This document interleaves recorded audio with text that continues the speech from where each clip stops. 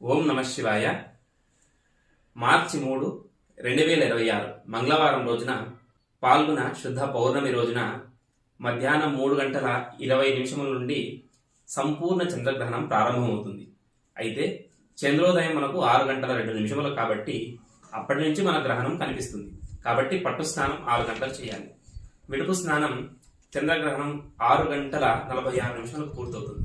అప్పుడు విడుపు స్నానం చేస్తే సరిపోతుంది. మధ్యాహ్నం 3:30 నుండి ఇంటి నుంచి బయటికి రాకుండా ఉంటే సరిపోతుంది.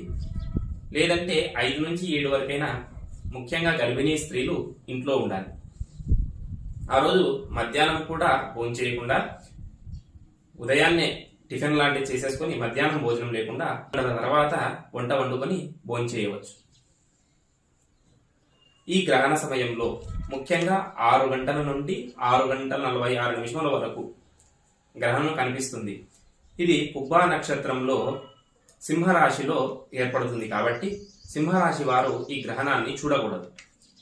అందరూ కూడా ఈ గ్రహణ సమయంలో తమ ఇష్టదైవం యొక్క ఏదైనా మంత్రము లేదా శ్లోకాన్ని అనుష్ఠానం చేసుకోవడం వల్ల విశేషమైన ఫలితాలను పొందవచ్చు. 6:46 తర్వాత అందరూ కూడా వెడుపు స్నానం ఆచరించి భోజనము లేదా ఫలహారమును స్వీకరించవచ్చు.